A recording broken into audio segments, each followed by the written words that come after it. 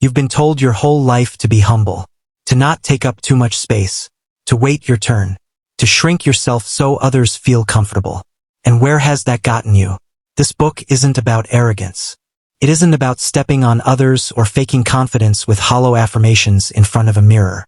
This book is about something far more dangerous than that. It's about the kind of confidence that changes how you walk into a room. The kind that shifts how people treat you before you even open your mouth. The kind that makes you capable of doing things that once felt impossible. Dangerous confidence isn't loud. It doesn't beg for attention. It simply knows. Over the next 15 chapters, we are going to dismantle every false belief that has been quietly holding you back. We are going to replace doubt with clarity, hesitation with decision, and fear with forward motion. By the end of this journey, you won't just feel more confident. You will be different. Let's begin. Chapter 1. The confidence lie. What you were taught was wrong. Imagine two people walking into a job interview. The first person has prepared every answer. They've rehearsed their responses for days. They know exactly what to say. But when they sit down, something happens. Their voice trembles slightly. They laugh nervously at the wrong moments. They keep apologizing for things that don't need apologizing for. The second person walks in 5 minutes later. They haven't prepared as much. But the moment they enter the room, something shifts in the air. They sit down naturally. They listen more than they talk. When they speak with weight. Who do you think gets the job? The second person. Almost every time. And here's why this matters. The second person wasn't born that way. We have been fed a lie about confidence since childhood. We were told it's something you either have or you don't. That some people are naturally bold, and others are destined to be quiet. That confidence is about being the loudest person in the room, the most outspoken, the most fearless. None of that is true. Confidence is not a personality trait. It is not genetic. It is not reserved for extroverts or people who grew up in wealthy households or people who were told they were special every day. Confidence is a skill, and like every skill in the world, it can be built. The real definition of confidence is surprisingly simple. Confidence is the belief that you can handle what comes. Not that everything will go perfectly. Not that you won't feel fear. Not that you are better than everyone else. Simply that when life throws something at you, you will figure it out. Think about the moments in your life when you felt most confident. Maybe it was during a sport you'd practiced for years, or a subject in school that clicked effortlessly, or a conversation with someone you trusted completely. In each of those moments, you had a foundation, a track record, evidence that you could perform. That's all confidence really is. An internal conversation where your past experience speaks louder than your fear. So the first thing we need to do is stop waiting to feel confident before we act. Because it works the other way around. You act first. The confidence comes after. This is what psychologists call the action confidence loop. You take a small action despite fear. That action produces a result. That result becomes evidence. That evidence builds belief. That belief makes the next action easier. You don't think your way into confidence. You act your way into it. Write this down if you can. Confidence is not the absence of doubt. It is the decision to move forward in spite of it. That sentence alone, truly understood, can change your life. Chapter 2. The Anatomy of Self-Doubt. Why your brain fights you. Let's talk about your brain for a moment. Inside your skull sits one of the most powerful biological machines ever created. It can solve complex problems, create music, imagine futures that don't yet exist, and feel emotions so deep they last a lifetime. And yet, this same brain is wired at its core to make you doubt yourself. Here's why. Your brain evolved over hundreds of thousands of years in a world that was genuinely dangerous. Predators, hostile tribes, scarce food. In that world, the people who survived were not the boldest, they were the most cautious. The ones who hesitated before stepping into dark caves. The ones who worried about social rejection, because being cast out from the tribe in those days literally meant death. Your brain's self-doubt mechanism is not a flaw. It is ancient protection software. But here's the problem. You are no longer living in that ancient world. You are not going to be eaten by a lion if you speak up in a meeting. You are not going to die if someone rejects you. You are not in mortal danger when you try something new and fail. But your brain doesn't always know that. And so it sends you fear signals for situations that don't deserve them. This is what's known as the negativity bias. Your brain pays more attention to threats than opportunities. It remembers embarrassments more vividly than victories. It imagines worst-case scenarios with far more detail than best-case ones. Understanding this is liberating. When you feel that inner voice saying you're not good enough, what if you fail, who do you think you are, that is not the voice of truth. That is an alarm system designed for a world that no longer exists. The most confident people in the world feel that same voice. The difference is what they do with it. They hear it. They acknowledge it. And then they walk forward anyway. There's a psychological concept called cognitive defusion, from acceptance and commitment therapy.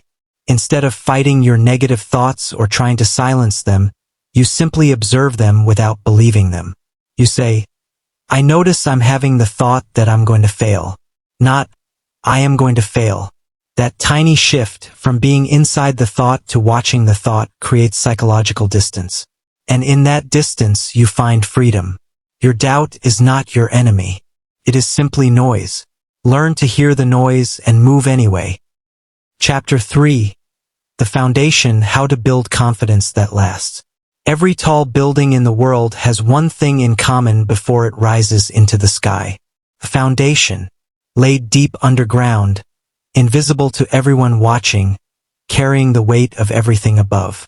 Confidence works the same way. And most people skip the foundation.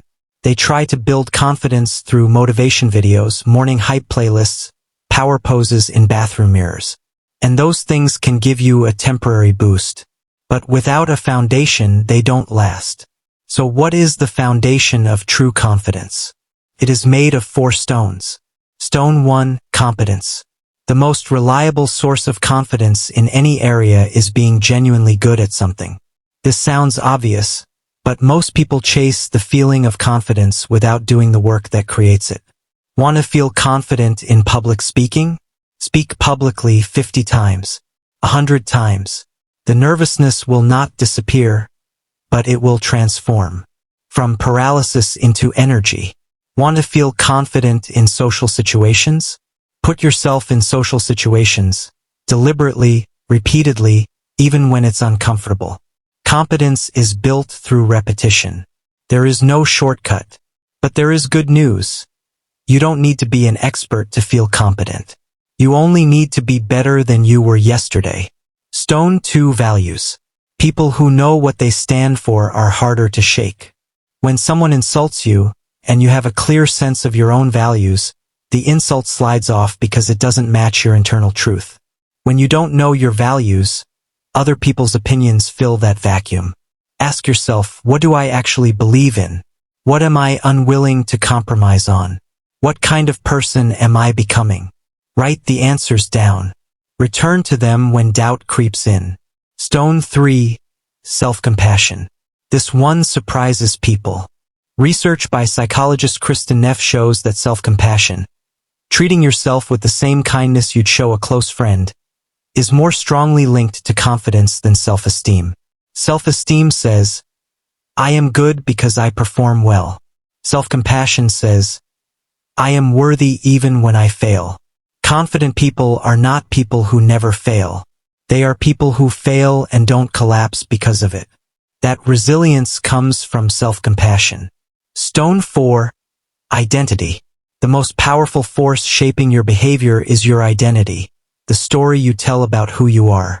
If you identify as someone who is shy, you will act shy, even in situations where you aren't uncomfortable. If you identify as someone who figures things out, you will push through problems instead of quitting. Starting today, begin asking a different question. Not, can I do this? But, who am I becoming? Build the identity first. The actions will follow. Chapter 4. The body speaks. Confidence from the outside in. Here is a truth most people don't want to hear. Your body is already broadcasting your confidence level to every person you meet before you say a word. Research from Harvard and Princeton universities shows that people form judgments about others within the first 1/10 of a second of meeting them. Judgments about intelligence, trustworthiness, and dominance, all formed almost instantly, based almost entirely on nonverbal cues. So let's talk about how your body speaks. Posture is the first signal. When you walk with rounded shoulders, a collapsed chest, and eyes toward the floor, you are communicating a specific message. I am small. I am uncertain. I am not a threat. When you walk tall, shoulders back, chest open, chin level, eyes forward, the message changes completely.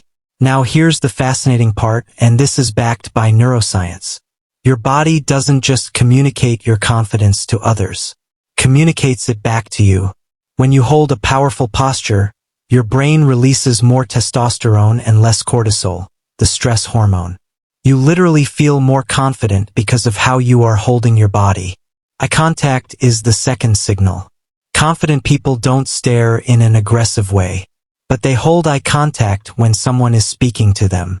They don't look away when making a difficult point. They don't glance down when someone challenges them. Practice holding comfortable, warm, sustained eye contact. Not a stare, a presence. Voice is the third signal. Uncertain people speak too fast. They fill every pause with Their voice rises at the end of statements, turning them into questions. Confident people slow down. They allow silence. They speak from their chest, not their throat. They make statements that sound like statements. Here's a simple daily practice. Every morning, before you leave your home, stand tall for 60 seconds. Feel your feet on the floor. Take 3 slow, deep breaths. Set one intention for the day. 60 seconds. Costs nothing. And over time, it rewires how you carry yourself into the world. Chapter 5. The Art of Handling Rejection. At some point in your journey toward confidence, you will face rejection. Someone will say no to your idea. Someone will leave. Someone will choose someone else over you. And in that moment, everything you've been building will be tested. Let's talk about what rejection actually is and what it isn't. Rejection is feedback. Sometimes accurate, often not, always survivable. The fear of rejection is one of the deepest human fears. And again, we can thank evolution for this. Being rejected by the tribe was once fatal. So our brains learned to fear social rejection with the same intensity they feared physical danger. But here is the reframe that changes everything. The only people who never get rejected are the people who never try. Every person you admire, every entrepreneur, every artist, every great communicator has a rejection story. Usually many of them. What separated them from people who gave up is not that they felt less pain from rejection. It's that they changed what rejection meant to them. To the average person, rejection means, I am not enough. To the confident person, rejection means, that wasn't the right fit. Next, there's a famous story about a man named Jia Jiang who was so terrified of rejection that he decided to seek it out deliberately. He challenged himself to get rejected by someone every single day for 100 days. He asked strangers for bizarre favors. He made unreasonable requests, and something remarkable happened. As he accumulated rejection after rejection, the fear lost its power. He discovered that most rejection was painless, that people were kinder than he expected, that his catastrophic predictions almost never came true. He called it rejection therapy, and it transformed his life. You don't need to do 100 days of deliberate rejection. But the principle is powerful. The next time someone says no to you, resist the urge to retreat into analysis and shame. Instead, ask yourself one question. Did I survive that? The answer will always be yes. And every yes builds a little more armor around your confidence. Not hard armor that closes you off, but flexible armor that lets you take hits and keep moving. Chapter 6. Social Mastery. How to own any room. There's a myth about socially confident people. The myth says they are naturally charismatic, that they love being around people, that small talk comes easily, that they were born with some magnetic quality that draws others in. The reality is different. Many of the most socially powerful people in the world describe themselves as naturally introverted. What changed for them wasn't their personality. What changed was their understanding of social dynamics. Here's the fundamental insight about social situations. Most people are so focused on how they appear that they aren't actually paying attention to you. Read that again. When you walk into a room and feel self-conscious, you imagine that everyone is watching you, analyzing you, forming opinions about every awkward movement and nervous laugh. They aren't. They're thinking about themselves. This realization is deeply liberating, because it means you can shift your focus from how am I coming across to how can I make this person feel heard. And that shift is the foundation of social mastery. The most charismatic people in the world are not the best talkers. They are the best listeners. They ask questions and mean them. They look at you when you speak, not at the next person they want to impress. They remember the things you told them and bring them back later. They make you genuinely feel, like you are the most interesting person in the room. That skill isn't charm. It's presence. And presence can be cultivated. Practical social confidence, 3 rules. Rule 1. Ask more than you tell. In any new social situation, adopt a ratio of 2 questions to every 1 statement about yourself. People remember conversations where they got to talk about themselves far more fondly than ones where they listened. Rule 2. Use the person's name. Not excessively, but once in a conversation, use someone's name. There is no word more personally relevant to a person than their own name. It signals attention, creates connection. Rule 3. End before they want you to. Confident people don't overstay their welcome. They leave conversations at their peak. When energy is high, when laughter is fresh, when curiosity is open. This creates a gravitational pull. People want to continue the conversation. They remember you warmly. Social confidence is not about performing. It's about being genuinely interested and showing it. Chapter 7. Mastering your emotions under pressure. You can have all the confidence in the world in a comfortable environment. The real test comes when the pressure is on. When you're in a heated argument. When something goes wrong in public. When you're called on unexpectedly. When someone challenges you aggressively and every eye in the room turns to watch how you respond. What do you do in those moments? Most people do one of 2 things. They explode or they collapse. Exploding means reacting from pure emotion, saying things you'll regret, getting defensive, letting your mask slip entirely.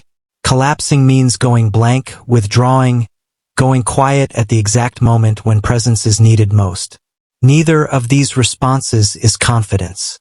Confidence under pressure looks like this. You slow down when everything else is speeding up.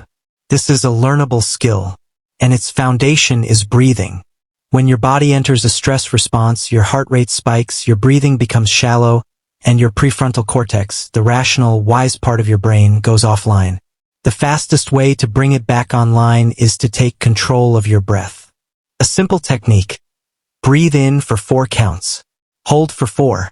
Out for 6. Repeat twice. This activates your parasympathetic nervous system, your body's calm response, in under 30 seconds. The second tool is the pause.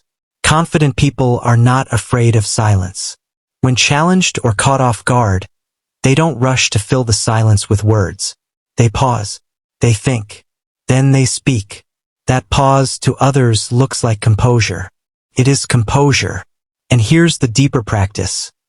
Begin to see high-pressure situations as training grounds rather than threats. Every difficult conversation you navigate with grace makes the next one slightly easier. Every moment you hold your composure when you wanted to react builds a deeper reservoir of inner strength. Pressure doesn't build character. It reveals it. But with practice, what it reveals becomes something you're proud of. Chapter 8: Decision-making, the confidence of committing. Indecision is one of the most visible signs of low confidence. And it makes sense. If you don't trust yourself, how can you trust your choices? But here's what most people don't realize about decisions. A made decision, even an imperfect one, almost always produces better outcomes than prolonged indecision. Why? Because a made decision creates momentum. It moves you into reality, where you can adapt and respond. Indecision keeps you frozen in theory, playing out endless imaginary scenarios that drain your energy and produce nothing. The most successful people in every field are, above all, decisive. Not because they always make perfect choices, but because they make choices and then commit to making those choices work. Jeff Bezos, the founder of Amazon, uses a framework he calls the regret minimization test.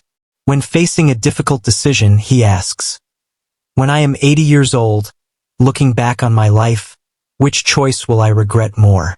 The answer almost always points to the bolder choice. Because what humans regret most is not the things they tried and failed. It is the things they never tried at all. Here's a practical framework for building decision confidence. Step 1. Set a decision deadline. Give yourself a specific amount of time to gather information. 5 minutes for small decisions. 2 days for medium ones. 2 weeks for major life choices. When the deadline arrives, decide. Step 2. Accept imperfect information. You will never have all the information you want before making a decision. The 70% rule, used by many military leaders and entrepreneurs, says, if you have 70% of the information you need, make the call. Step 3. Commit fully. Once you've decided, stop second-guessing. Put your energy into execution, not reevaluation. The world respects decisive people. And more importantly, you will respect yourself. Chapter 9. The confidence to fail forward. Let's talk about something nobody wants to hear. You are going to fail. Not maybe. Definitely. If you are genuinely trying things, real things, things that matter to you, you will fail at some of them. Probably at many of them. The question is not whether you will fail. The question is what failure will mean to you when it happens. There are 2 categories of people in the world. The first category sees failure as evidence. Evidence that they were right to be afraid. Evidence that they aren't good enough. Evidence that they should stop trying. The second category sees failure as data. Information about what didn't work, which by elimination points toward what might. Thomas Edison, when asked about his thousands of failed attempts to invent the light bulb, famously said something like, "I have not failed. I have just found 10,000 ways that won't work." That is not just a clever quote. That is a complete reframe of the relationship between failure and progress. The word to internalize is this: iteration. Every failed attempt used correctly is an iteration, a refinement. You are not the same person after a failure. You are a slightly wiser, more informed version of yourself. If you use it, here is the practice. After any failure, ask yourself 3 questions. What actually happened? Not the story I told myself, but the facts. What can I learn from this specific outcome? What will I do differently next time? 3 questions. Write the answers down. Then, and this is crucial, move. Don't sit in the failure. Extract the lesson and move. Confidence is not built in the moments of success. It is built in the moments after failure when you choose to get up. Chapter 10. Setting boundaries, the confidence to say no. There is a direct relationship between how you allow others to treat you and how confident you feel. And most people have it backwards. They think, once I feel more confident, I'll be able to set better boundaries. The truth is the opposite. The act of setting a boundary creates confidence. Every time you say no to something that doesn't align with your values, you are sending a message to yourself. The message is, my needs matter. My time has value. I know who I am. And over time, those messages accumulate into an unshakable sense of self. Why do people struggle to say no? Most often, it's the fear of disappointing others. The fear of conflict. the fear of being seen as difficult or unkind. But here's what unchecked people-pleasing actually produces: resentment, because you are constantly giving what you don't have to give. Exhaustion, because you are running on empty trying to meet everyone else's needs before your own. Loss of respect, both your own self-respect and the respect of others. People rarely deeply respect those who never push back. Saying no, done with warmth and clarity, is not aggression. Honesty. A few language tools. Instead of "I can't," try "I won't." The first suggests you have no choice. The second is honest, and confidence comes through honest communication. Instead of a long explanation, try a simple, "That doesn't work for me." You don't owe an elaborate justification for your choices. And when you need time, "Let me think about that and get back to you." This is infinitely better than an immediate, reluctant yes. Your boundaries are the walls of your identity. Build them with care. Maintain them with consistency. And watch how the world adjusts to meet you where you stand. Chapter 11. Confidence in relationships. The quality of your relationships is one of the most accurate mirrors of your internal confidence. Think about it. People with low confidence often stay in relationships that don't serve them, afraid to lose what they have, even when what they have is damaging. People with low confidence often choose partners or friends who diminish them, because at some unconscious level, that feels like what they deserve. People with low confidence often give far more than they receive, not out of generosity, but out of a desperate need for approval. Confident relationships look different. They are built on mutual respect, not need. They are honest, even when honesty is uncomfortable. They allow both people to grow, not just one. There's a concept in psychology called secure attachment. It describes a relational style where a person can be deeply connected to another without losing their own identity. They can love without possessiveness. They can disagree without feeling threatened. They can be vulnerable without fearing abandonment. This is not something you either have or don't. Secure attachment is something you can cultivate through self-awareness, through therapy if needed, and crucially, through the quality of the people you choose to keep close. Here is a question worth sitting with.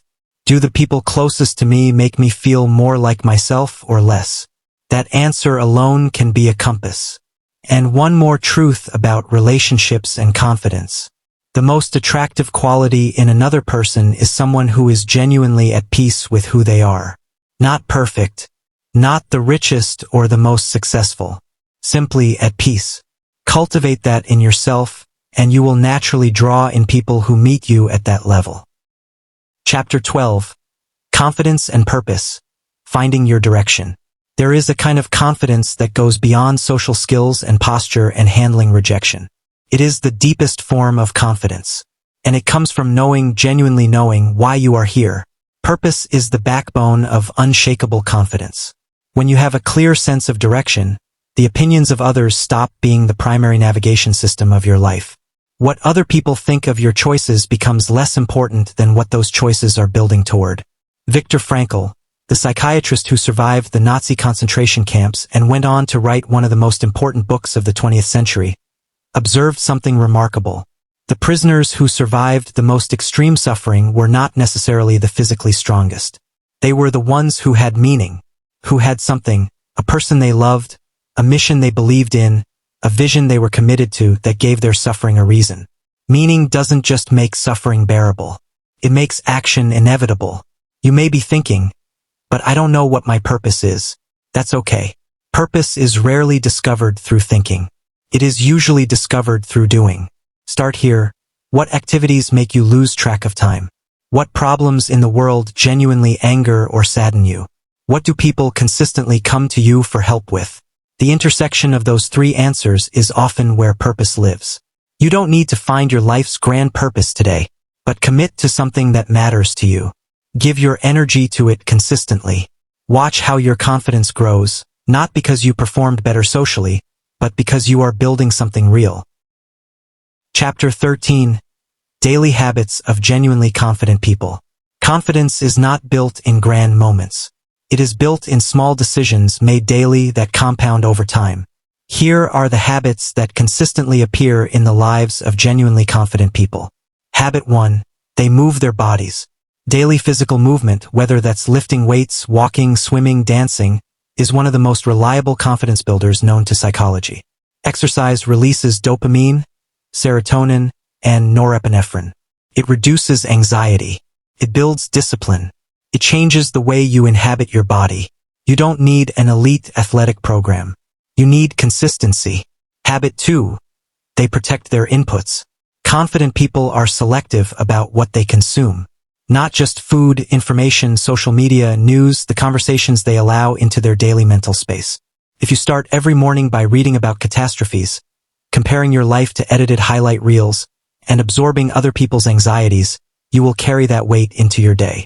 Guard your inputs deliberately. Habit 3. They keep promises to themselves. This one is underrated. Every time you tell yourself you're going to do something, wake up at 6 a.m., finish the project, go to the gym, and then you deposit a small withdrawal from your self-trust account. Every time you follow through, you make a deposit. The account balance is your confidence. Habit 4.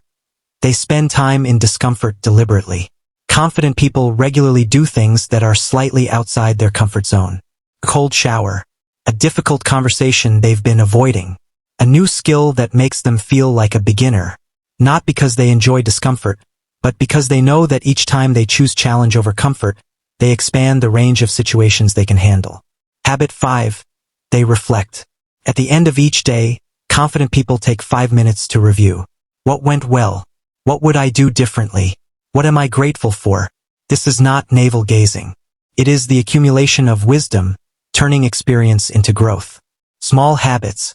Practice daily. They build the person you are becoming. Chapter 14, The Confidence Killers, What to Stop Doing Immediately. We've talked about what to build. Now let's talk about what to eliminate. Because sometimes the fastest path to confidence is not adding new behaviors. It's removing the ones that are destroying it. Killer 1. Comparison.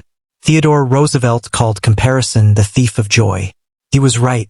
When you constantly measure your insides against someone else's outsides, their success, their body, their relationships, their highlights, you will always lose, because you have access to all your fears and failures, and only their wins. Compete with one person, who you were yesterday. Killer 2. Seeking constant external validation. Checking how many likes your post got. Asking everyone what they think before making a decision. Fishing for compliments. These behaviors, at their root, communicate one thing to your nervous system. I need others to confirm my worth. Practice making decisions without consensus. Post things without checking the response obsessively. Your confidence must be built from inside, not borrowed from outside. Killer 3. Negative self-talk. Would you let a friend speak to you the way you sometimes speak to yourself? You're so stupid. Why do you always do this? No one is ever going to take you seriously. These are not motivating truths. They are habits of thought.